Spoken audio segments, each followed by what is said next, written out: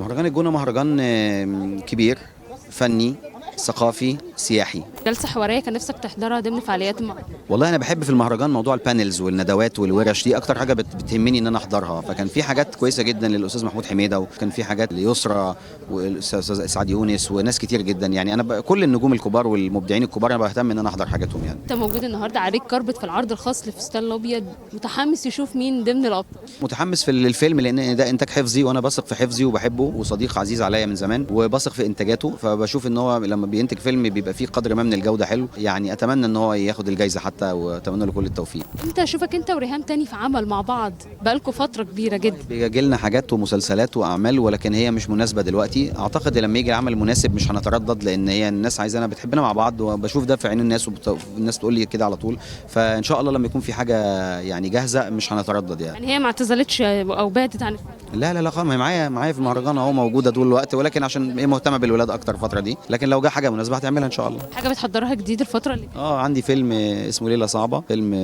تراجيدي اكشن سسبنس، بيتكلم عن جريمه اغتصاب في وان لوكيشن ما بين 4 ممثلين. فهيبقى ان شاء الله حاجه حلوه.